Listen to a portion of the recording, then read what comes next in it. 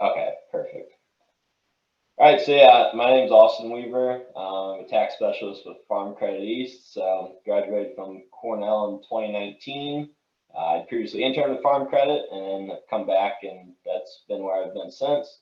The first little over 3 years of my career, I was in the Geneva office in the Finger Lakes. Past 6 months or so now, I've moved up to Watertown. So now I'm working really all over. So my territory that I cover, I have customers all the way up through Potsdam, and then down to 90 and over through really Batavia, Western New York. So pretty broad area, very diverse agriculture, and really a big mix of all farms and everything. And my work's, in the tax preparation side and even getting into the tax consulting. So I think for you guys, one of the biggest things that, maybe some of you guys are starting businesses or you have businesses that really have a lot going on. It's important to make sure that you can align yourself with professionals in the industry that can help you, especially when it comes to taxes. Of course, there's a baseline of compliance that has to be met, but no one wants to pay tax. And certainly no one wants to pay more tax than they need to or should. So finding those right people that can help you and really understand your business is important. So I just wanted to share a little bit about what Farm Credit East offers for those of you that aren't familiar. So Farm Credit East now, it covers New York, New England, and New Jersey. The map on the screen here is all the office locations. We have over 500 staff split across a lot of different departments, 25 local offices. Lending obviously is a big part of what we do, being farm credit. So we have over $10 billion in loans outstanding to agriculture. Part of our model is we're cooperative, so we're essentially owned by our customers. So a portion of the interest that people pay gets returned to them annually. Over history, we've paid out over $1 billion in patronage. We have 18,000 plus customers across this territory. And there's farm credit in every state of the U.S. as well as all the territories. There's 5 banks that support them, and Farm Credit East is part of the co-bank system. Some of the diversity that I've experienced in my career, it's pretty reflective too of farm credit as a whole. We have a very large number of small farmers, and a lot of those are actually part-time too. So I think especially as we get into more of the agritourism, outside of directly, full-time hardcore production ag, that's where a lot of you guys will probably fall. Locally, the distribution looks a lot different, but as an association, we're just under a quarter in dairy, another good chunk in field crops. Forest products are big, the farther north in New York and in the Maine we get. And then you see everything else really fills out, about 5-6% piece. So a lot of the customers that we work with are doing direct to consumer type work. That obviously has its own nuances that have to be understood. We certainly have experience working with those.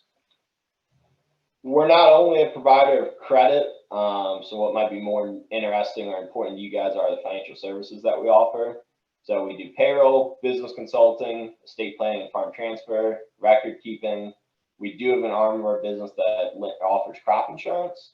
We have appraisers and, of course, tax planning and preparation. So my work's primarily in the tax planning preparation, and it's estate planning and farm transfer.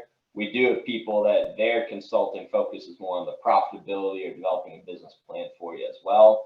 Like I said, my stuff's more on the entity formation, tax optimization strategies, things like that. So as we talk today about agritourism and some of the important things for taxes, we're going to take this really with a large part of federal focus, but we will wrap in some more general New York State nuances.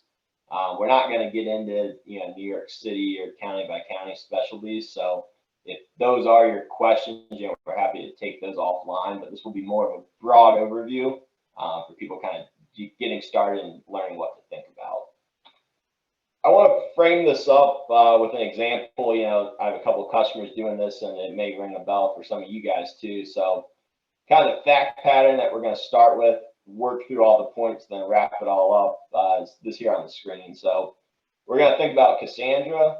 She cultivates lavender fields on her family's property. She's doing a lot of different stuff with it. So some of it, she's cutting it out of the field and directly selling it. She might have a little roadside stand right on the house. Doesn't do anything else with the lavender. She just sells it the way it is. People take it and do what they want with it. Some of it too, though, she's cutting it herself and then processing it. She makes oils, balms, lotions, and she sells them at local farmers markets. Because she's in a nice area, the North Country does have a couple good weekends. We've had a couple here recently. She does open up the property to the public. They can come for a you pick, you cut type thing. And people really like to take pictures in her lavender fields. As this works, they pay some money just to come in. So if you just want to take some pictures, you pay your $5 and you park and you do whatever you want. And if while you're there, you want to take some product or cut it out of the field, then there's an additional price. So if we're all Cassandra and we're getting into this venture and here we are, in May, and we're thinking, wow, taxes are almost a year off. What are some things she might be thinking about? If you guys want to chat them in, you can. I'll give you kind of my ideas.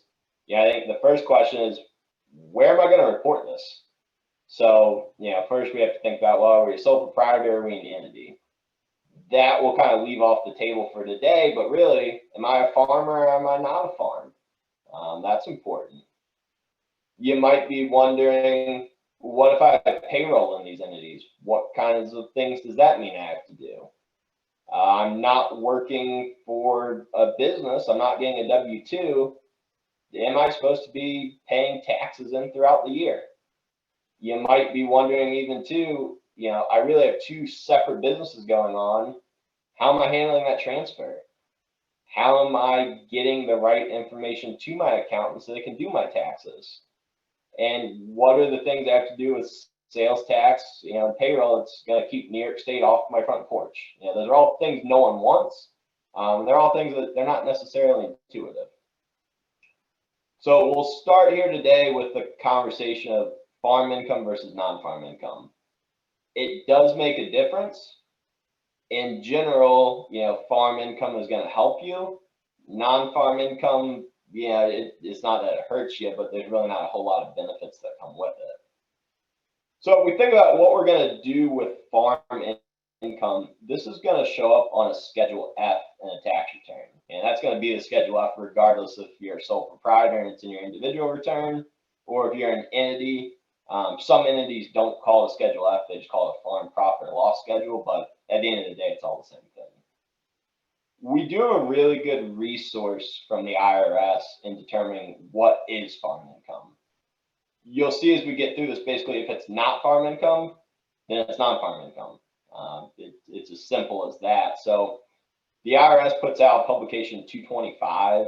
It does get updated annually. There's a group of tax professionals across the country that work with a joint commission of Congress down in DC that kind of update this and get the relevant information out to people.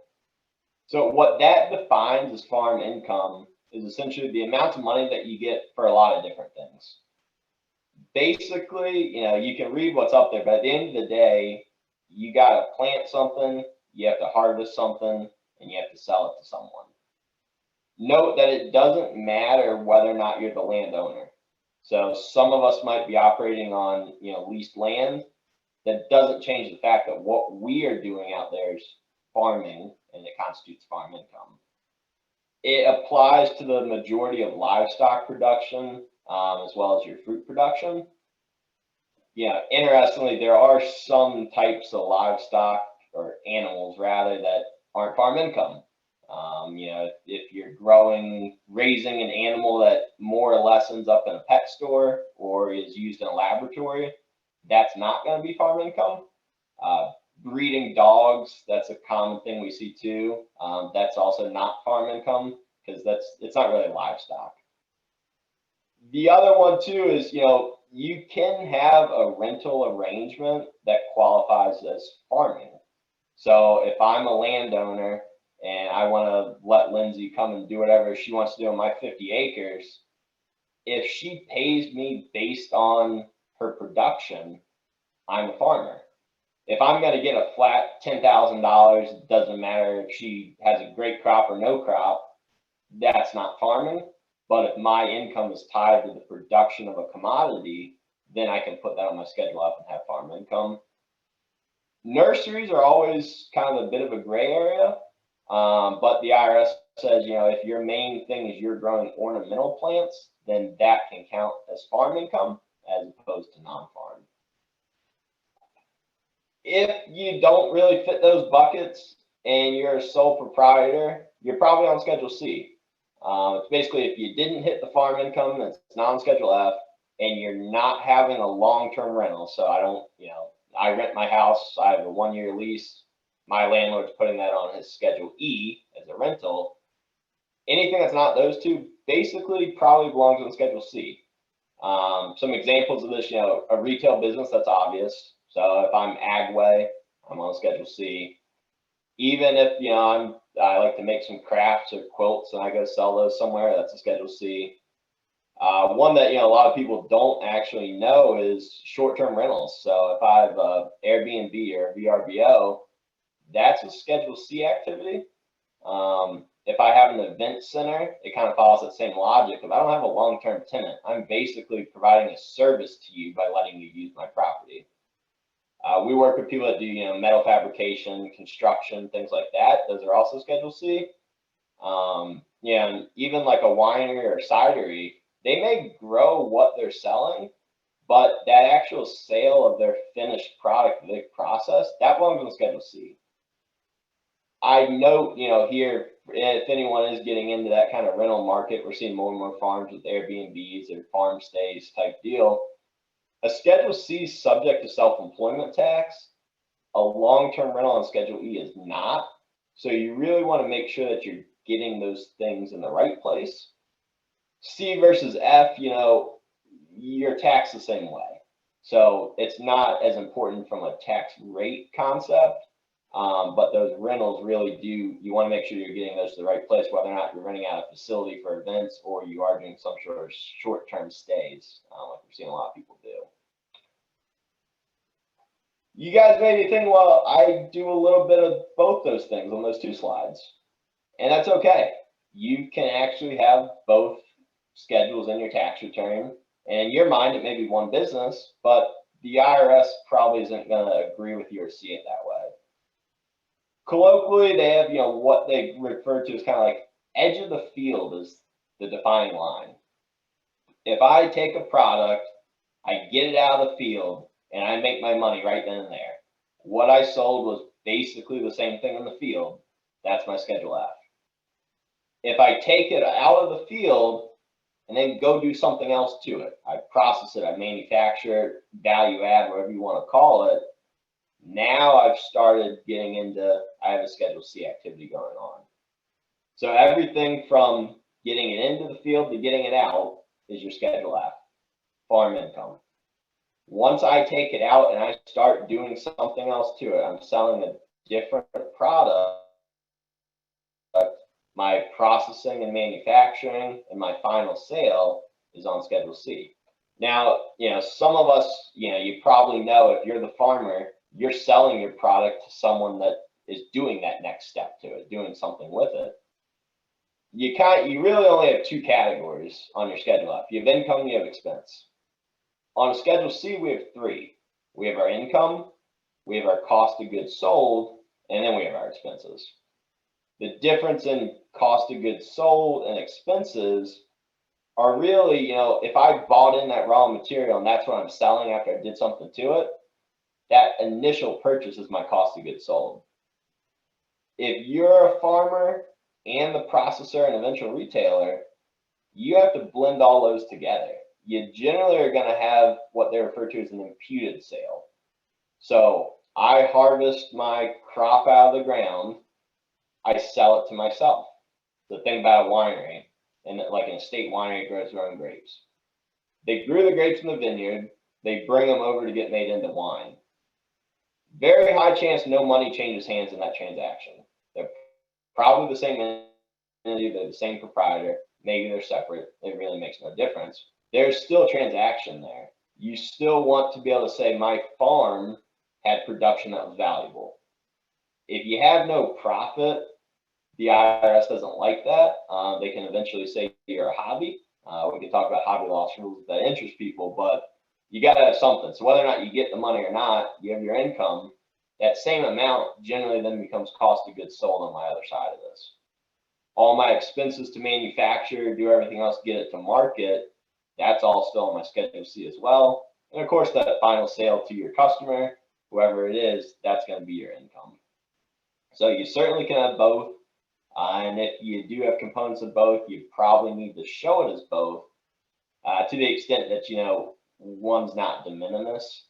So if there are people that, you know, you have a nice little small patch of something in your front yard. Yeah, I see this a lot where people have a stand on their property.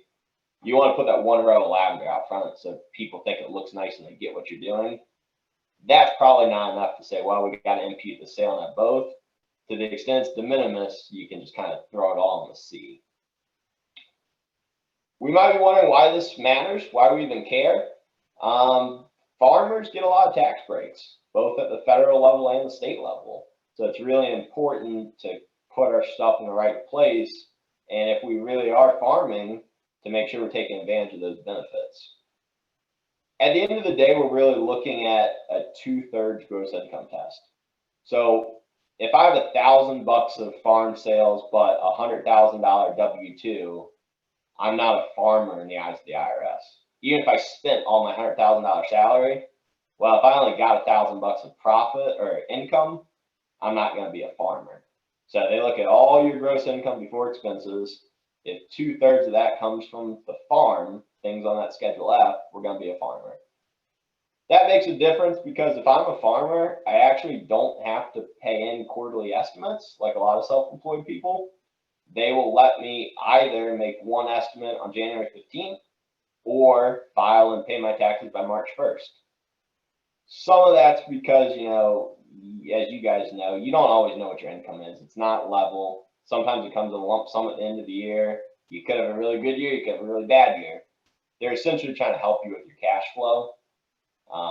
Payroll distinctions matter here too. So if you are employing people, if you're employing them on a farm, there's different requirements. Overtime's gotten to be more similar, but there are differences for the reporting as well as the pay frequency and things of that nature. New York State is actually really advantageous to farmers. I know a lot of us get hung up on all the wages and everything else, but they have done a lot to help us. Their gross income test is slightly different. It's not just 2/3. They actually give you a $30,000 cushion. So I like to think that, you know, if I've had a career somewhere and now I'm collecting a small pension, Social Security, if that's $30,000, that's not going to kick me out of qualifying. So you take all your income, you take 30 off of it, that becomes your denominator, and then just my farm income's on top. A couple of things, you know, that are beneficial for if I meet that test in New York State. The investment tax credit. This essentially allows farmers to buy production property and assets. Everyone that's not a farmer gets 4%, and it's non-refundable. So if I didn't owe any tax anyway, I just bank a carryover that goes forward for 10 years. If I'm a farmer, starting this year, 2023, with the new budget, New York State's actually giving me a 20% refundable credit. So if I buy a $100,000 tractor, New York State's writing me a check for 20 grand at the end of the year. So that's a big distinction. The farmer's school tax credit's also important. So again, 2/3 gross income test, they will give me 100% of the school taxes I paid on ag land back up to my first 350 acres that I own. If you happen to own over 350, they give you 50 cents on the dollar above and beyond 350. They also have a farm workforce retention credit. Basically, if I have an employee that does ag labor for me, again, you got to segregate if they're doing both. If they put in 500 hours in the farm, New York State writes me a check for $1,600 per employee. It's also important, you know, to put your income in the right place and have income. So, you know, thinking back to, well, why am I going to mess around with imputing my sales? Everybody wants an ag exemption for their property. We know there's some differences county by county, but at the end of the day, we're all shooting for $10,000 of gross sales. So showing that in the right place and actually calculating it can help you get that ag exemption to reduce your property tax burden. So now we know why it matters. Let's talk a little bit more about what is the accounting that you have to do. What are we tracking? How are we doing it? What are some of the challenges? In general, I don't care what kind of business you're running. Records are a fundamental part of your compliance. We'll get into sales tax later. You'll see why it's really important. But the IRS, basically, if you can't prove your income and expenses, they'll determine it for you. So you really want to have it right and be able to prove to them that what you're doing is right. Don't let them make the decision. They're always going to get more from you in that case. There's really two ways to do this. Some of it depends on scale. Some of it depends on your comfort and your ability.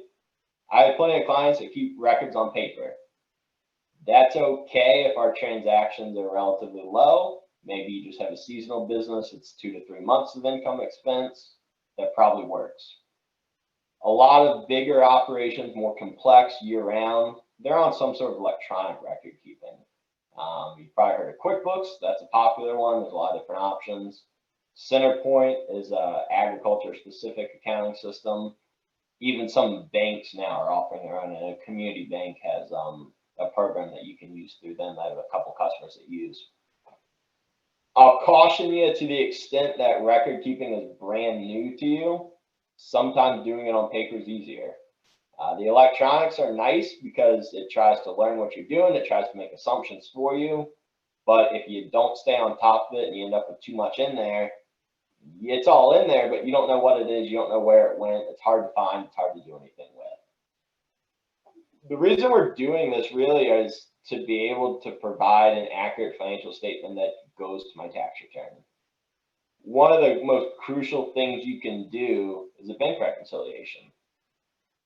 There are probably some people that still keep, just for their personal life, you keep a paper checkbook, that little thing that slides on the top of the checkbook and you write all your stuff in there. What you're doing is basically saying, did all the checks I write clear? Did someone cash them? How much money do I really have in the bank? For those of us that use our bank accounts frequently, when that bank statement comes, there's a number on there, probably not the real number. People don't cash checks on time. Checks don't always get through the bank in the right way. A 3 turns into an 8 real quick, things like that. So it's basically saying, here's everything I said I brought in. Here's everything I said I spent. I have a number from the bank. Can I make that triangle tie out? That's the goal at the end of the day. It's essentially, it's kind of like a cash flow, but it lets us know, did I miss a big chunk of income? Did I miss a big expense? It tells me all my money's in here. Whether or not I'm in the right place, that's my first place to start. When I do someone's taxes, if your bank account's reconciled, I have a pretty good idea. I might move some things around. I'm not asking you where $50,000 went, though, so I know it's in there somewhere. You also want to be able to have a profit and a loss statement. You can also call this an income statement. That's the foundational part of your tax return. We talk about income, cost of goods sold, and expense. It's hard to create that. As an accountant, the people that bring me a shoebox of receipts and deposit slips, hard for me to know what those really represent. There's a lot of nuances to your business. At a certain scale, everyone buys from the same place, and we know if a dairy farmer is buying from Charlie Page, it's supplies. I don't know what you went and bought at Runnings.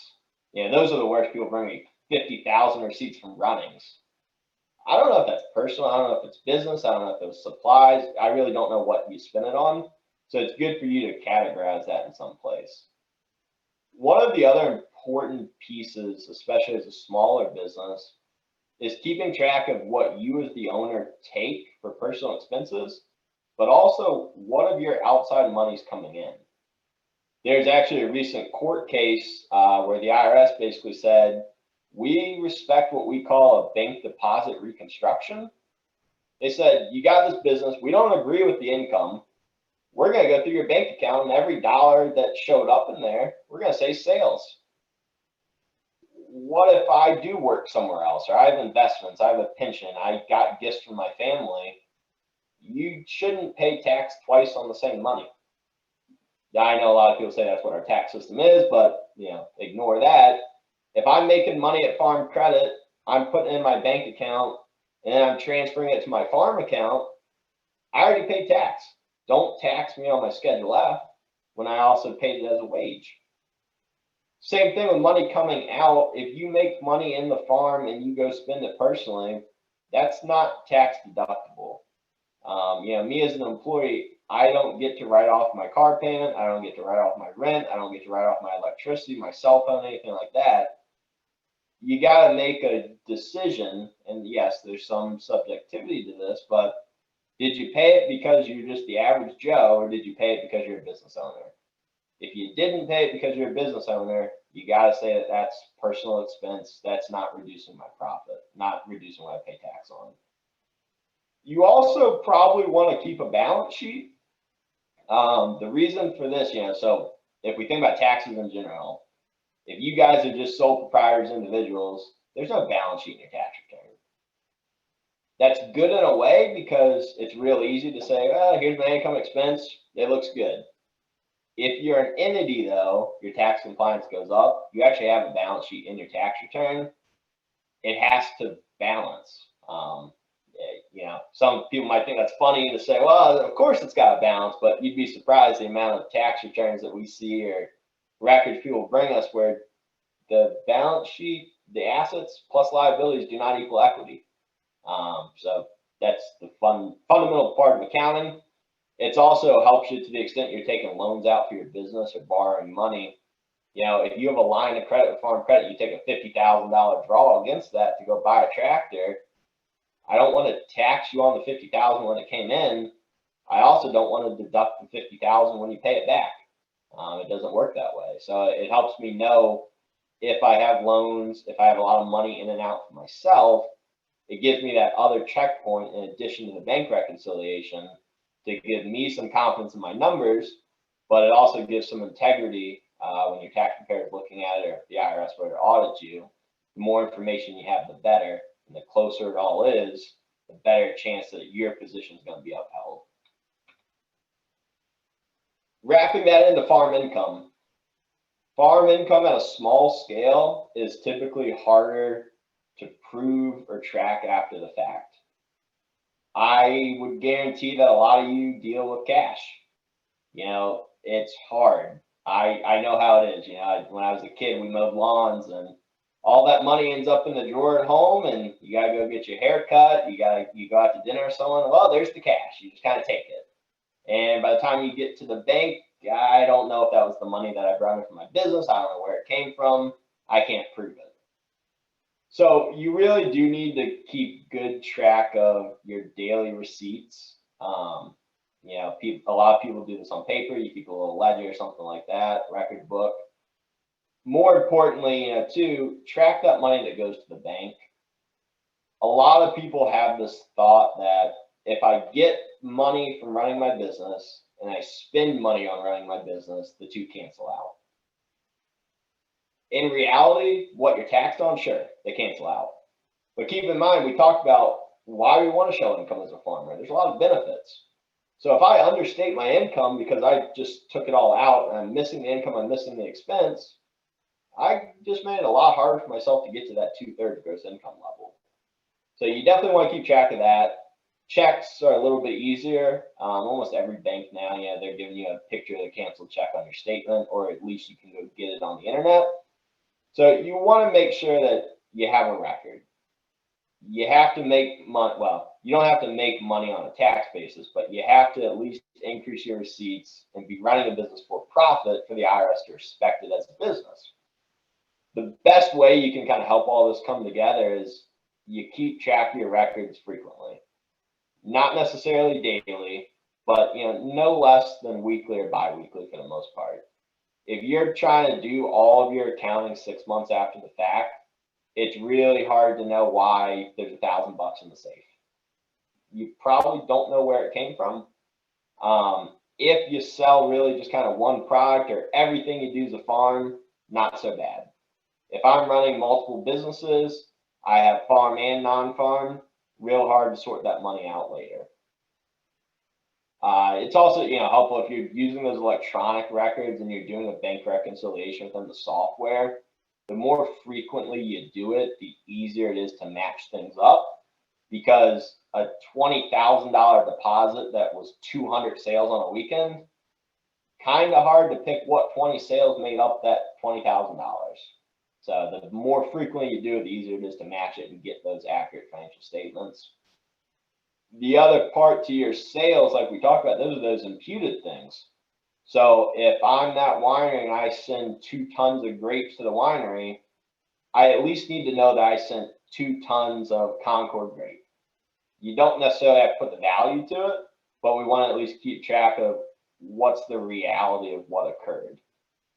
At the end of the year, and your accountant will probably help you with this, you'll assign those values. Now, we're all probably thinking, or at least, I would be, well, the more farm income I show, the better. So why don't I just sell the stuff to myself at 3 times what someone else would pay? And the IRS doesn't let you do that. There's related party rules that basically say what you sell to yourself or personal, anything like that, it can't exceed fair market value. So there is a threshold, not a threshold your accountant can provide. It's really based on facts and circumstances. So if I, however much tonnage of whatever it is, what would the market give me? That's the most I can sell it to myself and show that imputed income for. When we get to non-farm sales, and in today's world, we're finding more and more ways for after the fact verification. A lot of people probably take credit cards. I've been to a lot of places recently though where people don't want credit cards anymore because that 3 to 7% that the company takes adds up. But if you do take credit cards, you get something called a 1099-K. This was in the news a lot at the end of last year because it used to be you had to have 10 grand of sales to get a 1099-K. The IRS wants to take that down to $600. They delayed it for a year for 2023. That is supposed to be the case. So you'll probably see a lot more of these come. Even if a lot of your sales come through like a Venmo or Cash App or Zelle or anything like that, those companies will now have to send you that statement to say, here's all the money we got. So, a little tip there is, like in my situation, I might use Venmo for personal and business. I don't want to do that because if my friends, if I, go out and I use my cards, I really like credit card points at every dinner I go to with my friends this summer. When they reimburse me, Venmo's going to send me a statement for that money. Now, if I also have 10 grand of mowing lawns in there, I got to be able to prove somehow what those transactions all represented. The younger crowd too, think about the memos that people send you on Venmo. You don't know what that actually was for. Some of them you don't want to show to an auditor or your accountant. So better to have a personal and a business. You can have both. Another important thing here is, with all those concepts and as we get into sales tax, there's a difference in a gross and a net receipt. So if you are using a credit card company, or say you use Square to take payments, you sell your product for $10, the customer swipes their card, charges them $10. You don't get $10 deposited though from Square. You get $9.70 or something like that, whatever their percentage is. Your sale was still $10. You now have a credit card transaction expense that gets you to a net difference, but that gross sale is still the full amount that the customer swiped for, not what your deposit was. This again goes back to our concept of, getting gross income at the right place and all those metrics and everything that comes from it. It's an important thing. Same way, if you're selling products with sales tax, you might sell something for $12.50. Maybe $1 of that, a little high, but $1 is actually money you got to send to New York State. Your product was not $12.50. Your product was the $13.80, whatever, or $11.80, whatever it is, because you took sales tax and you have a duty to remit it to New York State. We'll talk about how you're technically a trustee of the state. That money wasn't your income. So you can't overstate your income based on the sales tax you collected. So there is no such thing as a sales tax expense on your Schedule C unless you bought something and paid sales tax. But if you collected it, that's not income. It's also not an expense. You just show the net of your income. What you have else is a liability. Some of you too may be using point of sale systems. These can be really nice because they integrate right with your accounting software. I see a lot. Square is pretty common. That'll actually flow everything into QuickBooks without you doing anything. word to the wise here that, you know, don't just assume all that comes through accurately. What comes through still has to be reconciled and categorized by you. The more complex you want your accounting system to be, you can teach it rules and things. So if you get deposits from Square and your business operates 3 months out of the year, well, you can basically say that came during this time, sales of products, anything like that. So you can teach rules, but it's not guaranteed to be right, and it's not a make it super easy for you. There's some work you got to do. Going now into a little bit on sales tax. So this will not be all encompassing. It's extremely facts and circumstances specific, but we'll at least give you an overview. I do think it's important that, you know, New York State really refers to a sales and use tax regime synonymously. They're not the same thing. So when we talk about sales tax today, we're talking about the tax that applies to retail sales of basically what New York State says is taxable. Products and services, essentially. Use tax is different. This is if I go to Pennsylvania and buy something and bring it back to use it in New York State still wants my money. Pennsylvania may have taken something, but New York State wants it too. So, you know, if anyone's ever bought a vehicle out of state, it's the same thing. When you go to the DMV to register it, they're going to want proof that you paid all the sales tax at a New York State rate. So, similar, in your case, as far as a business operator making money, we're going to talk about sales tax. Use tax may apply to things that you're buying.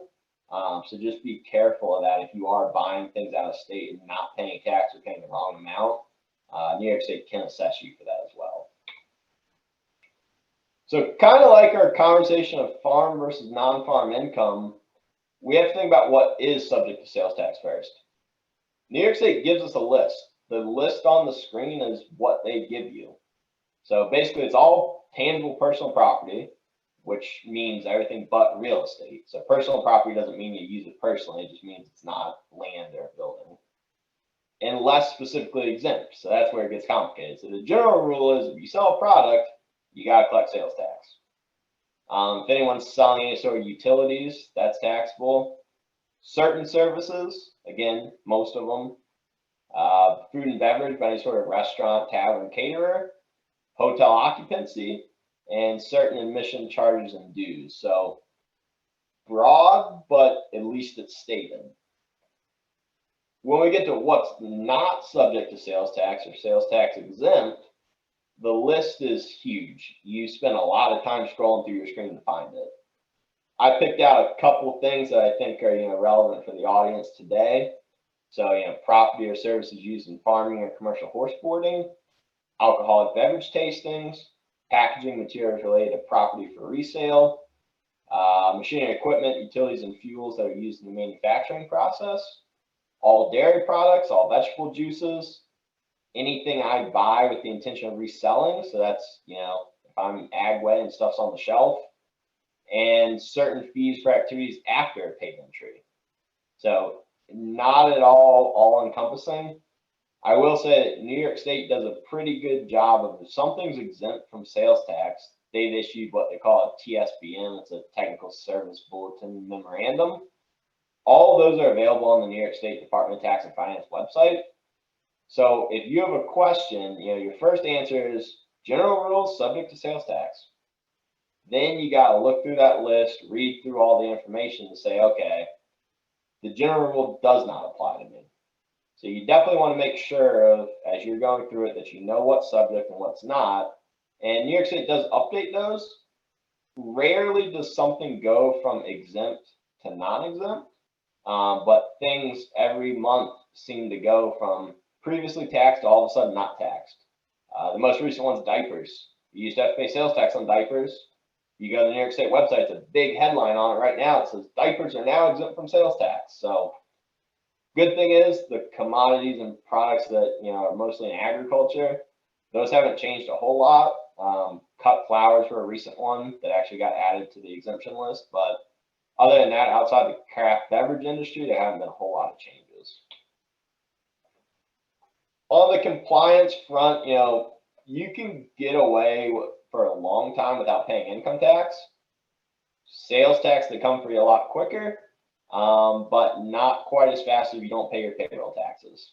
So compliance is still important. They won't let you get 10 years down the road. Sales tax audits happen every day. If you're selling anything that is taxable, you have to register with the New York State Department of Taxation before beginning your business. You're not supposed to be having sold for a few months and then raise your hand and say, oh, yep, that's me, I got to pay sales tax. They want you at the onset. However, they will take your money eventually. Once you register, you get a certificate of authority.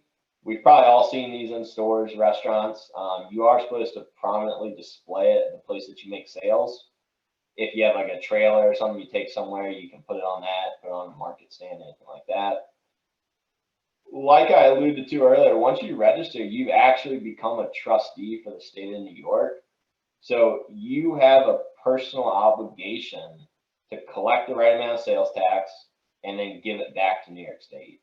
You can't just collect it and keep it. It'd be nice if you could. However, if you do a good job and you do it all the time, New York State lets you keep $200 every quarter that you do collect. This also means, though, that you got to pay the right amount of sales tax, even if you didn't collect it from your customer, or for whatever reason, they never gave you the sales tax portion. So there are people that have to come out of pocket to pay their sales tax. Now, New York State actually says this, that you should have a separate bank account for sales tax receipts. In practice, I don't see this very often, but basically the concept is you got your POS system all set up right. It knows your items. It knows what's taxable. At the end of the day, you collected $1,000. It tells you, okay, $280 is sales tax. You should technically make a transfer to a separate bank account, and that's what you pay all your taxes from. For the most part, we have to use sales tax web file. There's a few exceptions. If you're of a religious order that doesn't file electronic tax returns, you're exempt. If you don't have access to a computer, or if you don't have internet at your place of business, you can file on paper, but they don't prefer that. Everybody starts as a quarterly filer for sales tax. The sales tax quarters are not calendar quarters. They're like a month and 10 days off, which makes it a little bit confusing. Once you file your first quarterly return, depending on how much you reported, New York State can actually move you to be an annual filer or to a monthly filer. And that designation can go back and forth. So if you didn't sell a whole lot at first because you're a startup, they'll say, hey, maybe you're annual. You go file your annual, and they say, whoa, you got to pay us quarterly. Or if you did really well, hey, you got to pay me monthly. On those reports, you have to report your gross receipts and then tell it what's taxable, what's non-taxable. You also have to report your sales by county. Not every county has the same rate. So New York State has a base of 4%. Most counties are an additional 4%, but there are some locations that are 3.5% or something different. So you got to know where you made your sale and what the right amount of tax to collect is. All right, so back to our example. So this is where we started, and we're going to kind of think through this process and how it fits what we've just talked about. So for Cassandra selling her lavender, she's going to have an F and a C because remember, she's selling raw commodity, but she's also processing and selling a value add. On her Schedule F, she's going to have the sales of the unprocessed lavender. She should have an imputed sale of the raw product to herself for her processing activity. And remember, she's charging a base fee of admission, but she's also charging an additional amount for the people that want to come and do a U-Pick. That U-Pick part is still a sale of her product. Having people come and be an event destination, that part's not farm income. All of her expenses to get the product in the ground, grow it, treat it, whatever it may be, and then to get it out are the Schedule F expenses. The taxes on the real estate where the stuff's being grown, that's deductible. Any insurance that she has on the property that's not, events or anything like that, that's also going to be deductible. Certainly she got other expenses, depreciation, repairs, maintenance, all that, but that's kind of your baseline. On the Schedule C, she's going to report income for the sales of her processed product. She's also going to pick up the admission fee to the fields. That's that admission just to be there. Her cost of goods sold is mainly the value of her own lavender that was used in production. The expenses are going to be all the expense incurred once it was out of the field. Anything to manufacture, products she had to buy in, supplies, equipment. Maybe she pays somebody to distill it and make it into something else, fine. She has to pay to go be at a farmer's market. All those things that are related to a sale of the processed product, those are all in our Schedule C. The fancier you want to get, some of your expenses certainly can move into cost of goods sold. Not necessarily required though, but basically to the extent it's an operating expense, it's the expense section. If it really is going into the product, you can move it into cost of goods sold. The whole principle there is that you just want to match the income with the expense in the same year. So if I was a business that was really just building my inventory for 2 years with no sales, I probably want to make that inventory. My inventory becomes cost of goods sold when I sell the product. Because what could happen? You build up inventory for 2 years, then you have a huge year of all these sales, but you don't have a lot of expense to offset it. Matching principles are generally in your favor, and the IRS at a certain scale will require that. Now for her sales tax, she's got taxable and non-taxable things going on. The admission fee just to be there in the fields, that's taxable for sales tax. The sale of her processed product, she's got to collect sales tax and remit it. What's non-taxable is, any raw farm commodity, they're not going to take sales tax on that. The U-pick fee, she's not going to pay sales tax. That imputed sale from her own F to her own C, that's also not subject to sales tax. One, because there's probably no real cash, but two, if I'm buying a product to resell it, I can actually go take an exemption certificate to whoever I bought from and say, you don't charge me sales tax because I'm going to collect it on the final sale to a customer. So that goes into, her income fits one of those two buckets. That stuff that she bought to go into this whole process, she doesn't have to pay sales tax on all of it. To the extent she's buying farm products or assets, she can use an exemption. If she's buying packaging or manufacturing equipment, she can also use an exemption. Again, the whole point is you don't want to get taxed on money twice. You don't necessarily have to pay sales tax twice. So anything that you're buying to resell, you as that final retailer will be the one that pays the tax. So comprehensive example of, a lot of broad categories. Think about how those fit your own unique situations. And at this point, I'll open it up to any questions that the group has.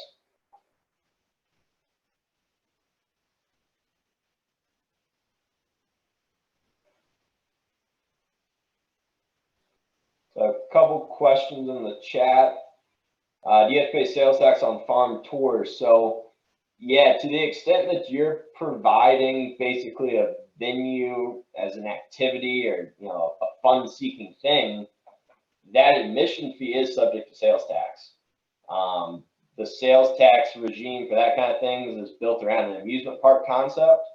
But basically, if I pay a fee and all I can do is walk around, subject to sales tax. If once I'm in, I got to buy tickets to do different things, ride a ride, that's not subject to sales tax. So the general answer is yes, you probably do have to pay sales tax on that.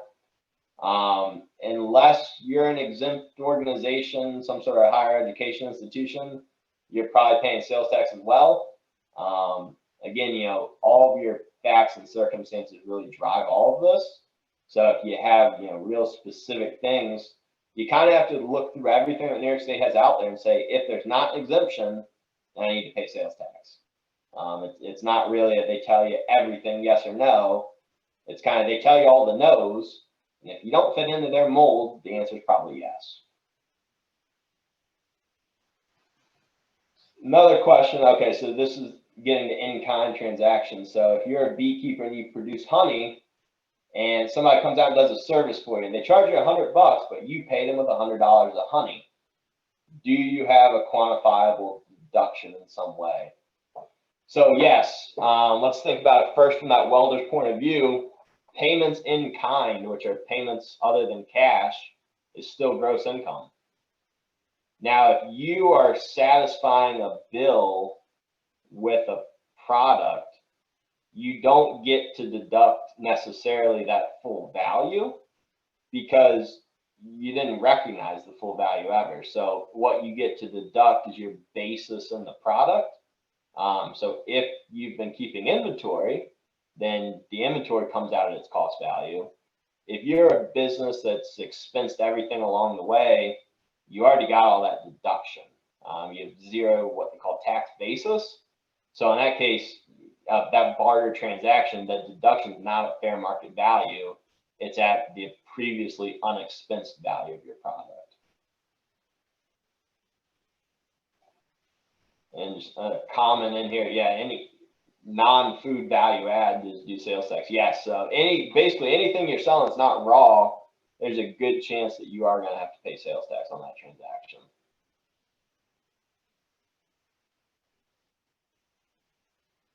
What other questions are out there?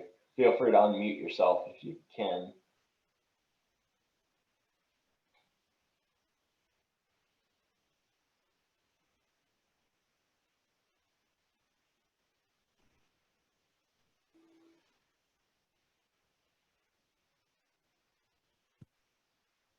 Austin, what about weddings and like the weddings, workshops, bridal showers, baby showers? Because all those are, Yep. so they can be agritourism activities.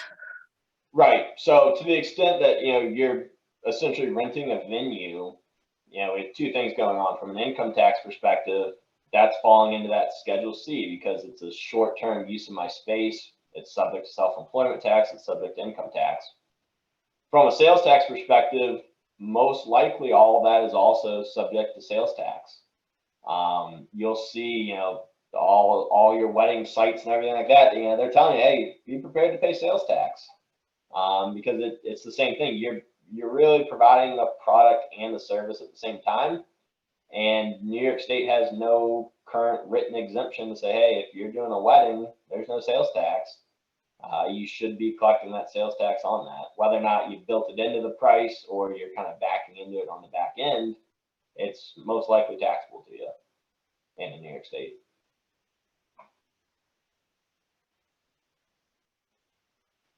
The question, jams and jellies that supermarkets don't charge sales tax for.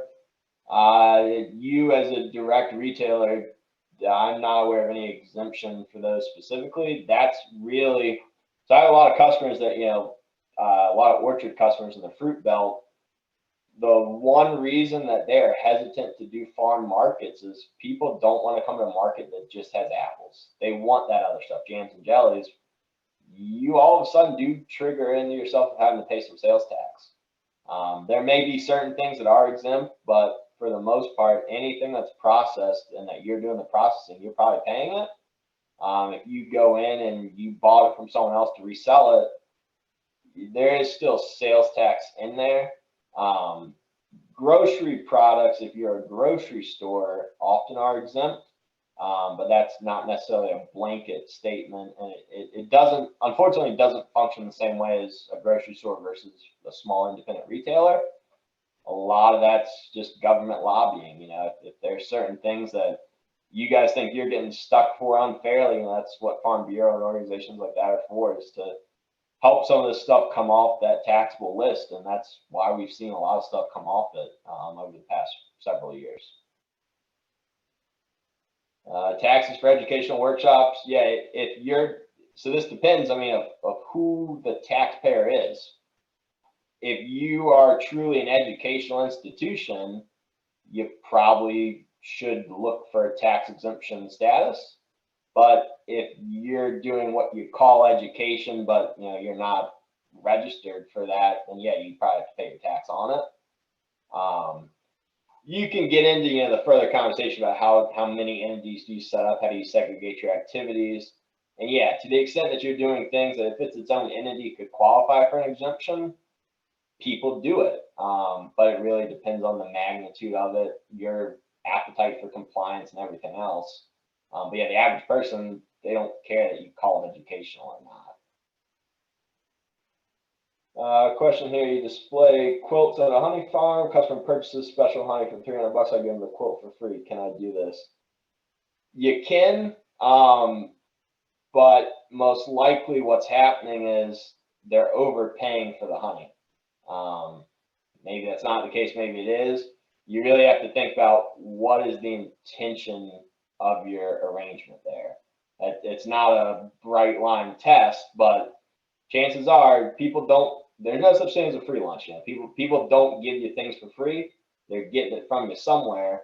So yeah, you do have to be careful about, it's kind of the same thing, you can't boost your farm income up and say the rest of it was for free, But yeah, there are most likely you have to kind of segregate that transaction and do it. If you're making a gift, fine, you made a gift. Another question here, you got apple cans on a farm. You charge admission in their property, apple cans are an add-on additional fee. So yeah, in that case, I mean, that's probably the closest thing, that or you go to the farm to the big slides. That really is fitting into New York State's actual examples of an amusement park. If it's a ticketed event, once they get in, that is most likely not subject to sales tax. Yeah, because if they're in there and they got to buy a ticket, that add-on is not sales taxable unless it's a product or something. But yeah, an opportunity to do an amusement activity, all that shouldn't be subject. But even more important than for your tracking of your income, because you'd have to be able to, in your records, prove, here's all my receipts for the day. How am I separating my admission fee versus my use of the apple can?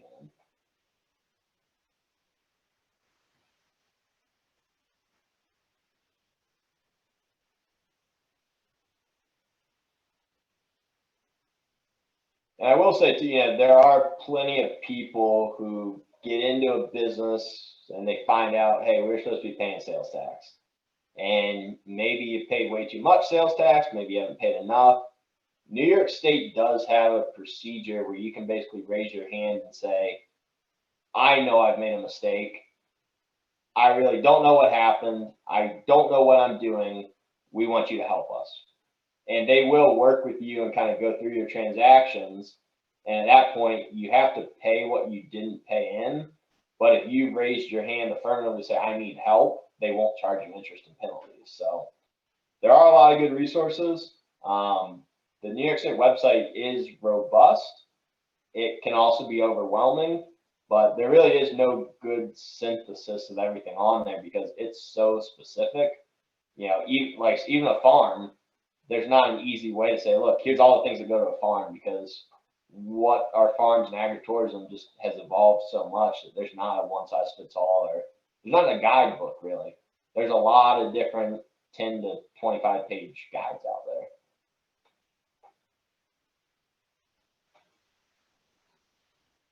Austin, I just had one come in by email for a question. Horses for a charge, like riding for all ages, abilities, and financial means.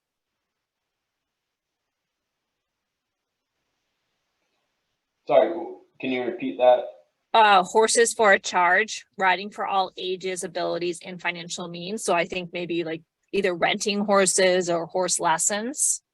Yep. So yeah, horse lessons. So this is actually a big audit area. So commercial horse boarding is farm income, sales tax exempt. Lessons, riding, showing is not farm income and subject to sales tax. And of all the work we do, those are probably some of the riskiest businesses for tax reporting from an income tax and sales tax standpoint.